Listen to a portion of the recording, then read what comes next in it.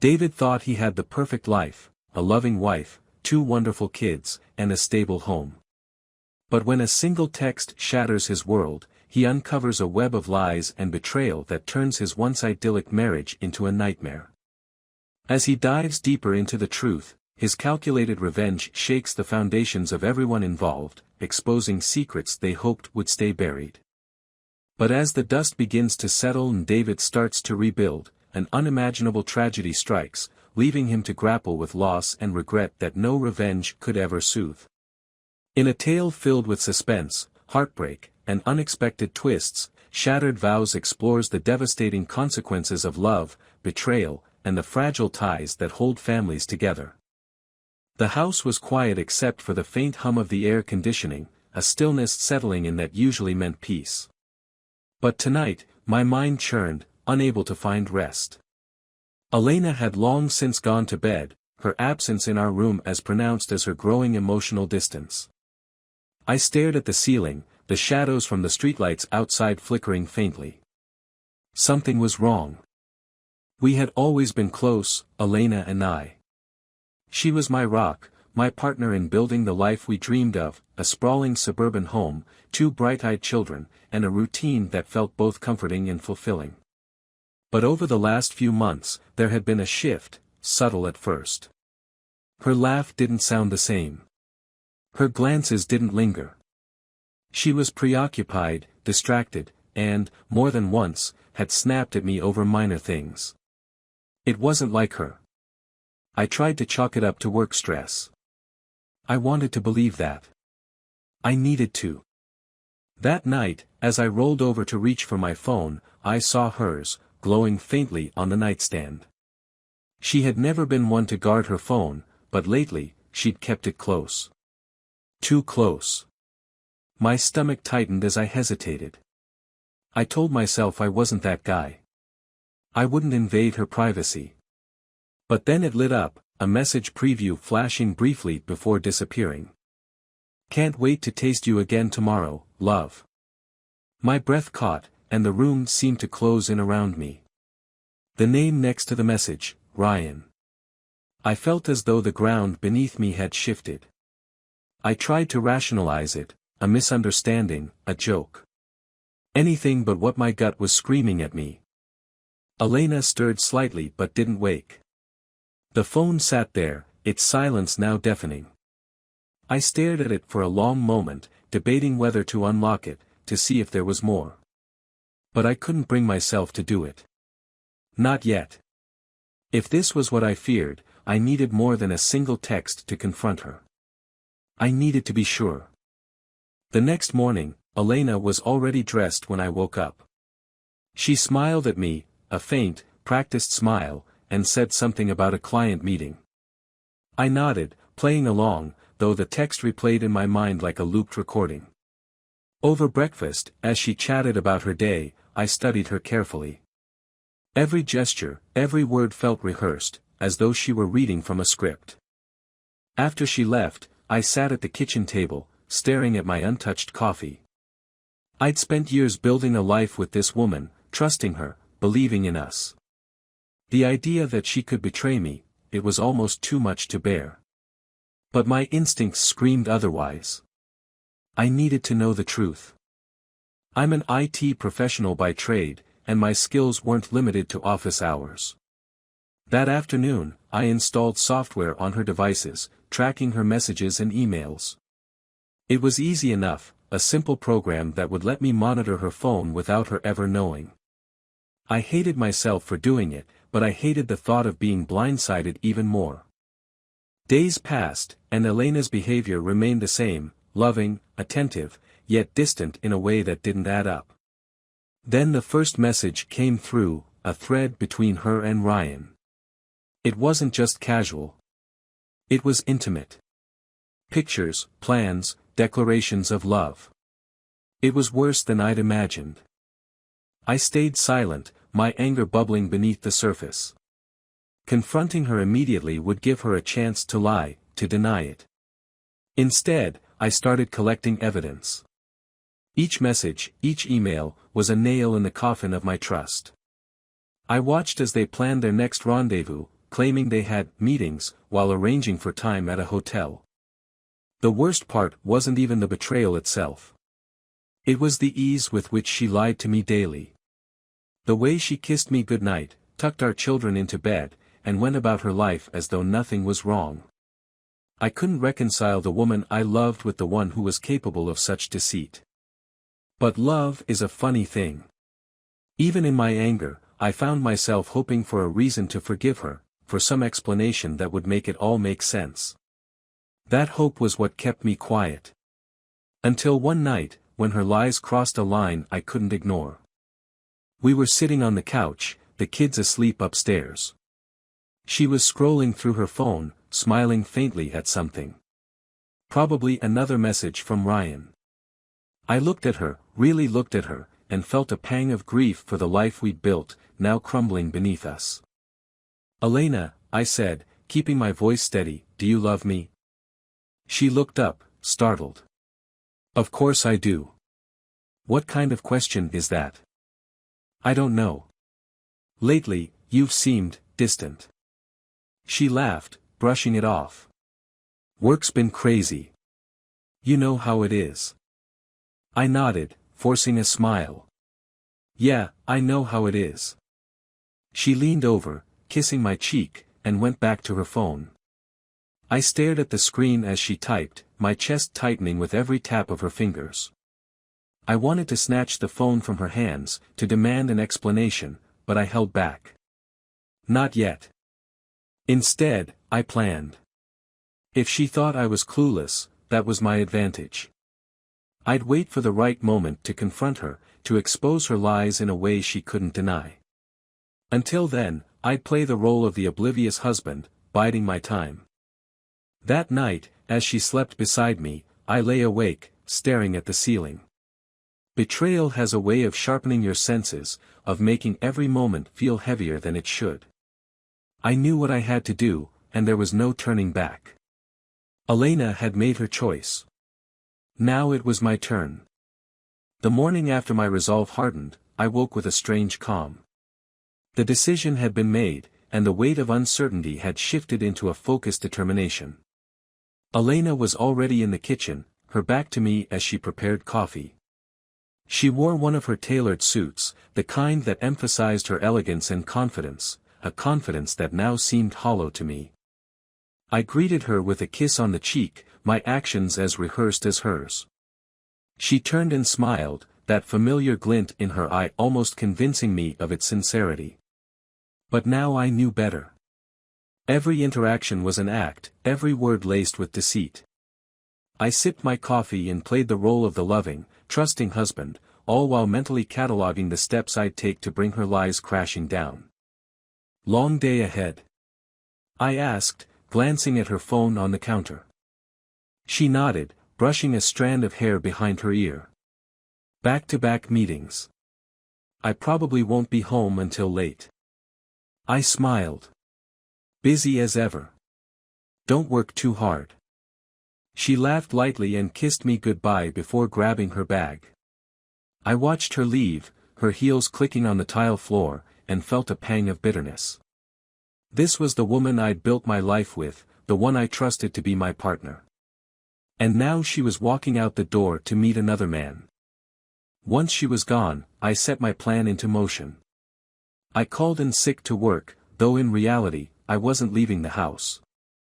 Over the next few hours, I combed through the data I'd collected, messages, emails, even her location history. It was meticulous, damning, and irrefutable. Ryan had left a digital footprint as careless as Elena's, making it easy to piece together the extent of their betrayal. It wasn't just physical. Their messages were dripping with emotional intimacy, pet names and declarations of affection that made my stomach churn. She called him her rock, told him he made her feel alive. It was a cruel irony, words she once used for me, now whispered to someone else. By noon, I had a file thick enough to make my case. Photos, texts, screenshots, it was all there. But this wasn't just about confronting Elena. No, I wanted to ensure there was no room for denial or manipulation. I needed witnesses. People to see her for who she truly was. My opportunity came sooner than expected. That evening, Elena's company was hosting a charity gala, an event we were both expected to attend. Normally, I would have begged off, citing work or exhaustion, but this time, I insisted on going. She seemed surprised but pleased, her smile genuine for the first time in weeks. The gala was held at a grand hotel downtown, the ballroom adorned with chandeliers and elegantly dressed guests. Elena looked stunning in a sleek black gown, her hair swept up in a style that accentuated her sharp cheekbones. She clung to my arm as we entered, her demeanor warm and affectionate. To anyone watching, we were the perfect couple. But beneath the surface, my fury simmered. I spotted Ryan almost immediately, standing near the bar with a glass of champagne in hand. He was everything I'd expected, polished, charming, and utterly smug. Elena's eyes flicked to him briefly, a spark of recognition lighting her face before she quickly looked away. I clenched my jaw, forcing myself to remain calm. There would be a time and place for confrontation, but it wasn't now. For the next hour, I played my part flawlessly, mingling with her colleagues and laughing at jokes I didn't find funny. All the while, I kept an eye on Ryan, noting how he watched Elena, the subtle glances and smirks that confirmed my suspicions. Eventually, Elena excused herself to use the restroom. I waited a beat before following her, careful not to draw attention. She was already halfway down the corridor when I caught up to her, my voice low but firm. "Elena." She turned, startled, her expression quickly shifting to confusion. "David? What are you doing?" I stepped closer, keeping my tone measured. "We need to talk. Now." Her eyes darted around, checking if anyone was watching. "This isn't the time or place. Let's go back to the party." "No," I said firmly, blocking her path. "We're not going anywhere until you explain this." I held up my phone, the screen glowing with one of her messages to Ryan. Her face went pale. "David, I can." "Don't," I interrupted. "Don't insult me by pretending you can explain this away. I know everything, Elena. The texts, the meetings, the lies. How long did you think you could keep this up?" She stared at me, her composure crumbling. "It's not what you think." "It's exactly what I think," I snapped, my voice rising despite my effort to stay calm. "You've been sleeping with him for months, haven't you? While I've been at home, raising our kids, you've been out with him, pretending to be the perfect wife. Do you have any idea how humiliating this is?" Tears welled in her eyes, but I felt no sympathy. She had made her choices. Now she would face the consequences. "I didn't mean for it to happen," she whispered, her voice trembling. It just did. I never wanted to hurt you."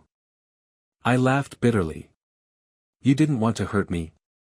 Every time you lied, every time you went to him, you made a choice. Don't stand here and tell me it wasn't deliberate." She opened her mouth to respond, but the sound of footsteps interrupted us. Ryan appeared at the end of the corridor, his expression shifting from confusion to concern as he took in the scene. "Is everything okay here?" he asked, his voice smooth and practiced. I turned to face him, my anger boiling over.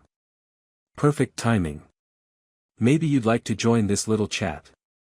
After all, you're just as responsible for this mess as she is."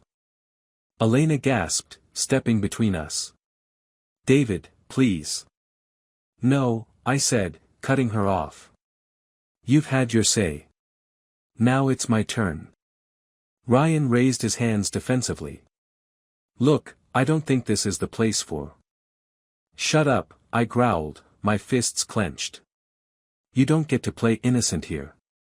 You knew she was married. You knew what you were doing. And you did it anyway." The tension was palpable, the air thick with unspoken accusations. For a moment, none of us spoke, the silence louder than any argument. Finally, I stepped back, my voice cold and steady. "This isn't over. Not by a long shot. With that, I turned and walked away, leaving them to their guilt and shame. The night was far from finished, but I had made my move. Now it was their turn to squirm. The drive home from the gala was suffocating. Elena sat in the passenger seat, her face pale and drawn, while I gripped the steering wheel tightly, my knuckles white.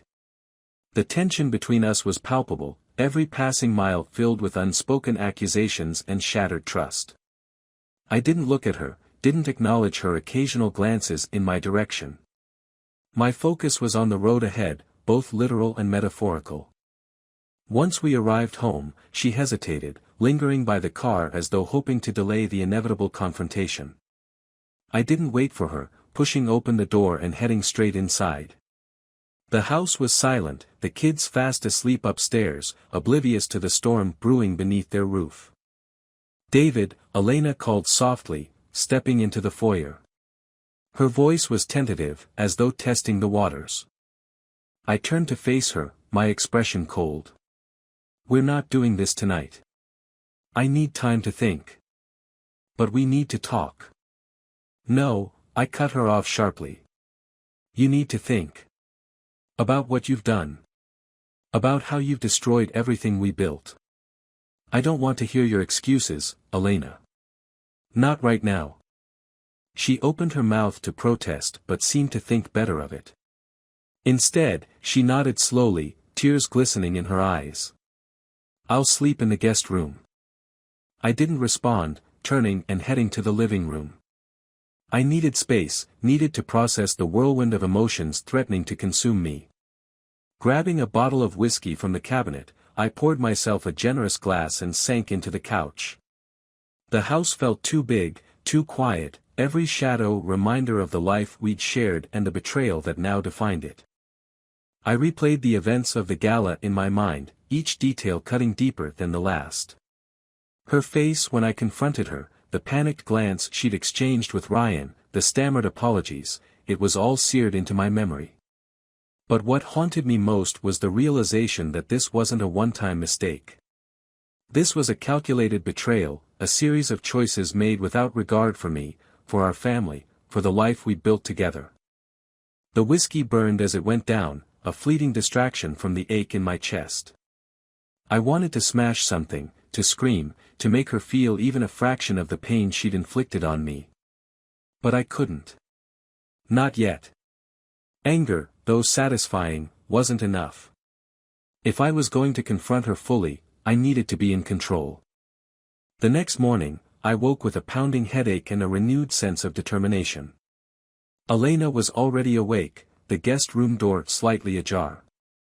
I could hear her moving around inside, her footsteps hesitant. For a moment, I considered barging in, demanding answers, but I stopped myself. Today wasn't about her. It was about me reclaiming control. I spent the day gathering my evidence, organizing it into a timeline that left no room for misinterpretation. Every text, every email, every location ping, it was all laid out meticulously. This wasn't just about exposing her lies to myself, this was about ensuring she couldn't manipulate her way out of the truth. When I finally confronted her that evening, she was sitting at the dining table, her hands folded in her lap. She looked up as I entered, her expression a mix of guilt and trepidation. "David," she began, but I held up a hand to stop her. "Don't. Just listen." I placed the folder on the table, sliding it toward her. She glanced at it warily before opening it, her eyes scanning the contents. With each page, her face grew paler, the weight of her actions pressing down on her like a physical force. "I trusted you," I said, my voice low but steady. "For years, I trusted you. And this is how you repay me." She looked up, tears streaming down her face. "I'm sorry, David. I never meant for it to go this far." I laughed bitterly. "You never meant for it to go this far. That's your excuse. You don't accidentally carry on an affair for months, Elena. Every text, every meeting, every lie, it was all deliberate." "I was unhappy," she admitted, her voice trembling. I felt neglected. You were always working, always distracted. I needed someone who made me feel seen, made me feel alive. Her words stung, but I refused to let them derail me. And you couldn't talk to me. You couldn't tell me how you felt. Instead, you chose to destroy everything we built together. You chose to humiliate me. I didn't want to hurt you, she insisted, her voice rising. I love you, David. I still do. Don't, I snapped, my anger flaring. Don't you dare tell me you love me. Love doesn't do this. Love doesn't lie, cheat, and betray. She broke down then, sobbing into her hands. But I felt no sympathy. Her tears couldn't erase the damage she'd done, couldn't rebuild the trust she'd shattered. I'm filing for divorce, I said finally, my voice devoid of emotion. I've already spoken to a lawyer. You'll hear from them soon. Her head shot up, panic flashing in her eyes. David, please. Don't do this. Think of the kids. I am thinking of them, I replied coldly. They deserve better than this. Better than you. She tried to protest, but I didn't wait to hear it. Turning on my heel, I left the room, her sobs echoing in my ears. It was a small victory, but it was mine. For the first time in weeks, I felt a sliver of control return to my life. The days that followed were a blur of legal meetings and tense conversations. Elena tried to plead her case, to convince me that we could fix things, but I refused to listen. The evidence was irrefutable, and my resolve was unshakable. I wasn't just ending our marriage, I was reclaiming my dignity. Ryan, unsurprisingly, tried to distance himself from the fallout. He ignored my attempts to confront him directly, hiding behind vague apologies and evasive excuses. But I wasn't done with him. Not yet. As I sat in my lawyer's office, discussing custody arrangements and asset division, a thought struck me. Ryan wasn't just a passive participant in this mess, he was an active conspirator. And if Elena thought I'd let him walk away unscathed, she was sorely mistaken. Revenge, I realized, wasn't just about exposing the truth. It was about ensuring the consequences matched the crime.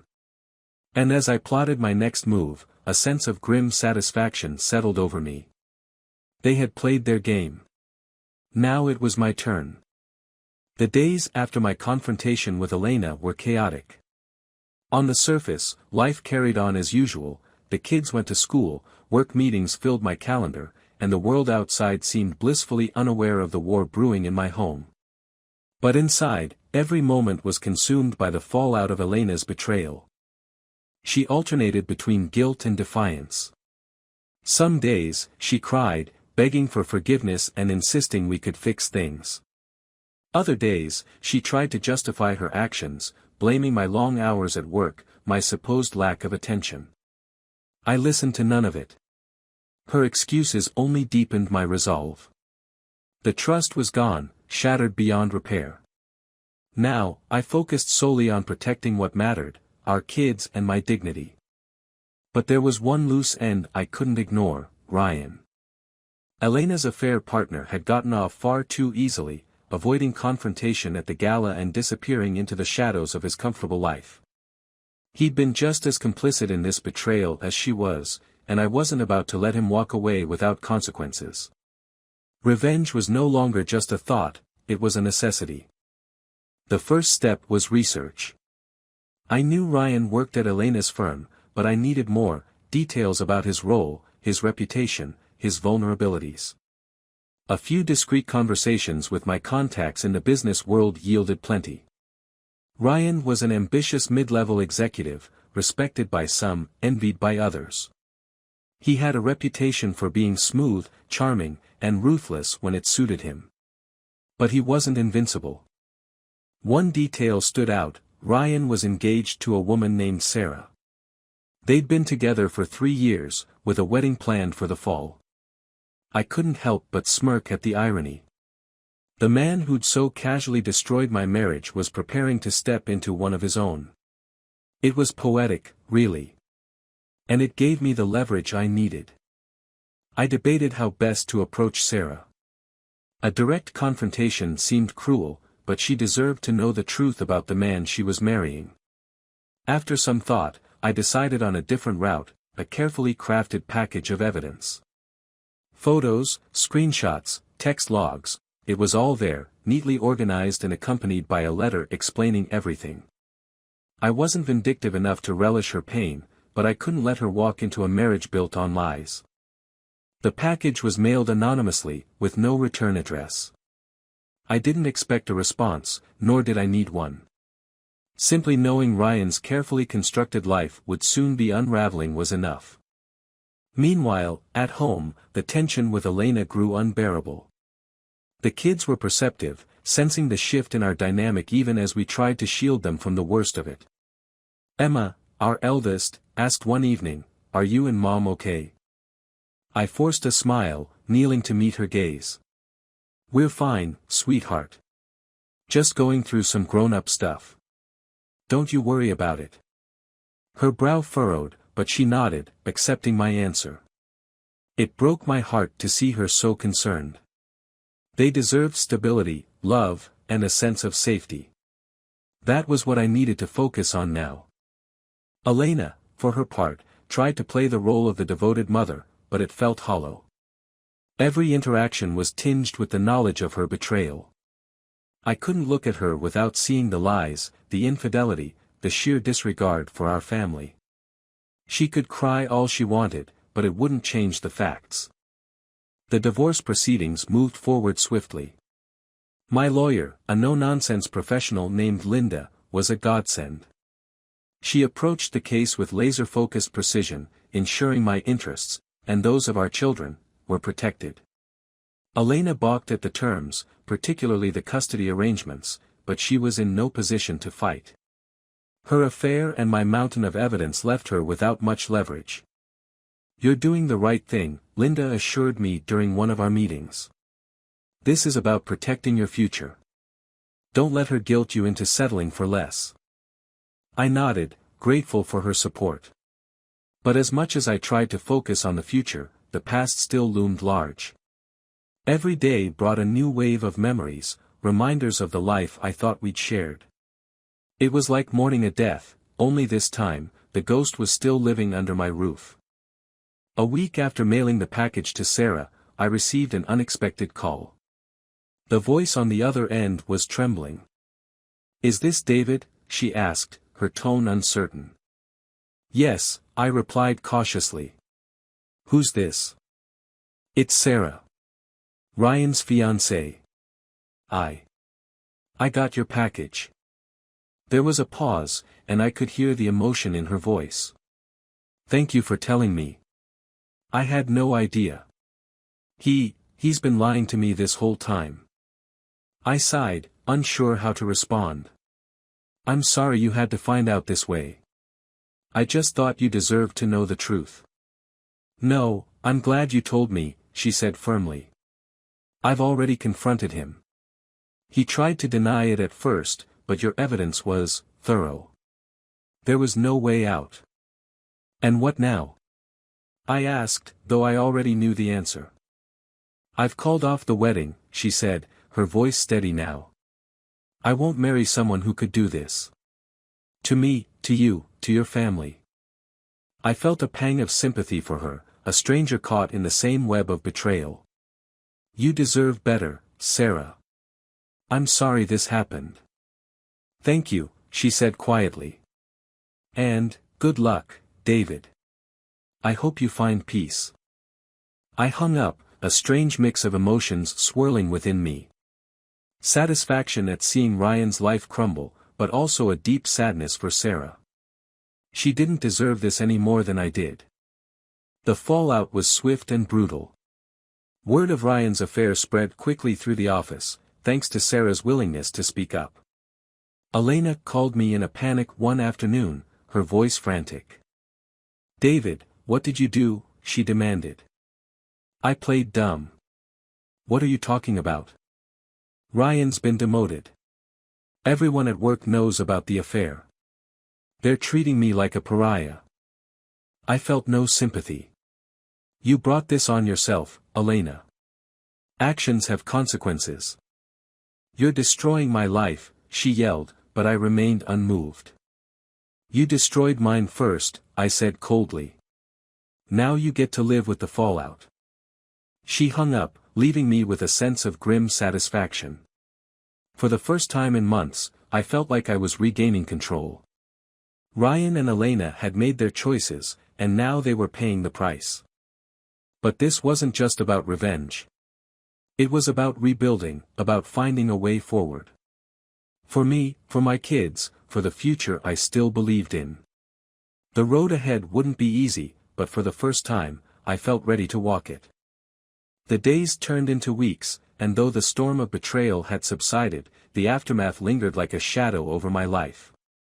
Elena moved out, a shell of the woman I once loved. The kids split their time between us, their smiles a little dimmer, their laughter a little quieter. I did my best to fill the void, but some wounds are too deep for a father's love to heal completely. Ryan was gone too. Sarah had ended things publicly and spectacularly, and his career took a nosedive as whispers of the scandal spread. I should have felt triumphant, vindicated. But instead, I felt hollow. The victories, if you could call them that, tasted bitter. Still, I pressed on. There was no other choice. For my children, for myself, I had to rebuild.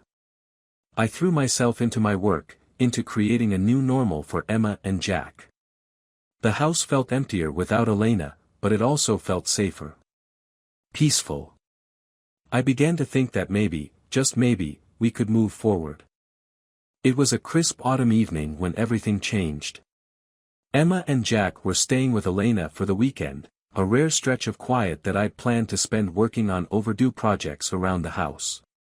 The air was cool and fragrant with the scent of falling leaves, and I decided to take a walk to clear my head. The streets were peaceful, the golden glow of streetlights casting long shadows across the pavement.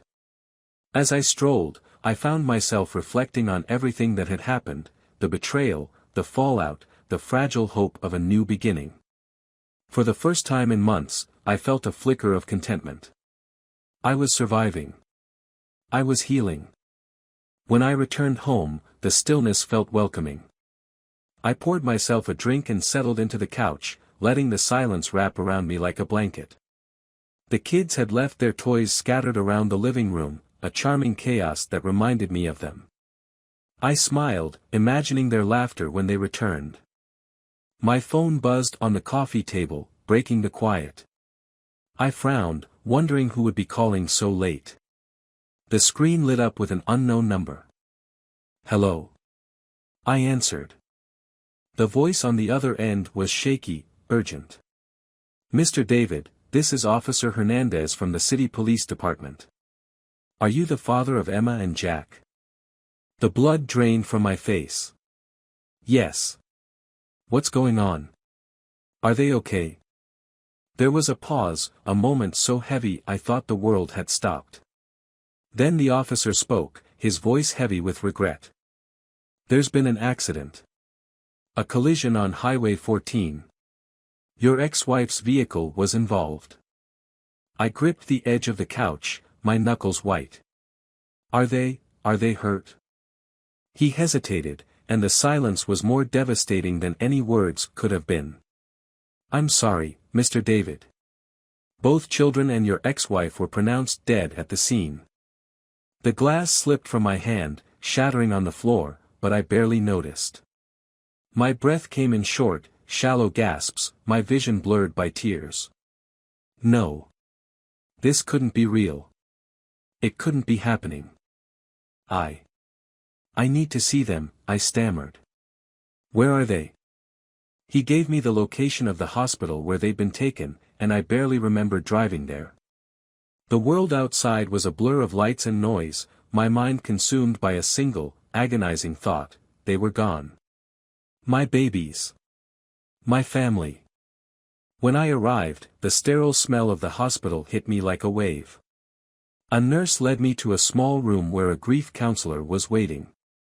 They tried to explain the circumstances, an oncoming truck, a driver who had fallen asleep at the wheel, but their words barely registered. And then I saw them. Emma and Jack, lying so still, their faces pale but peaceful. I crumpled to the floor, sobbing uncontrollably. My heart felt like it had been ripped from my chest, leaving a gaping, bleeding wound in its place. Elena was there too, on another stretcher. Her face was serene, almost as if she were sleeping. For a brief, irrational moment, I hated her. Hated her for taking them, for being part of this unimaginable loss. But the anger faded as quickly as it came, replaced by a crushing despair. I sat there for hours, holding their cold hands, whispering apologies and words of love they would never hear. The life I had fought so hard to preserve, the children I had cherished more than anything, were gone. The world felt empty, meaningless. In the days that followed, I went through the motions of arranging funerals, answering calls, and accepting condolences from friends and family. Each word of sympathy felt like a knife twisting in my chest. How could they understand? How could anyone? At the service, I stood before 3 caskets, my hands trembling as I tried to speak. The words caught in my throat, the grief too overwhelming to articulate. Instead, I placed a hand on each casket, whispering, "I'm so sorry," over and over again. The days turned to weeks, but the pain never lessened. The house, once filled with the laughter and chaos of my children, was now a tomb. Their toys sat untouched, their rooms preserved as they had left them. I wandered through the empty halls, a ghost in my own life. People told me I would heal, that time would dull the ache. But as the seasons changed and the world moved on, I remained frozen in that moment, the moment I lost everything. Elena's betrayal had shattered me, but her loss, and the loss of Emma and Jack, had destroyed me. Revenge had once consumed my thoughts, but now I realized how hollow it had been. Nothing mattered anymore. Not the lies, not the pain, not the justice I'd sought. They were gone, and so was I. And so I sat, night after night, in the quiet of my empty home, waiting for a peace that would never come.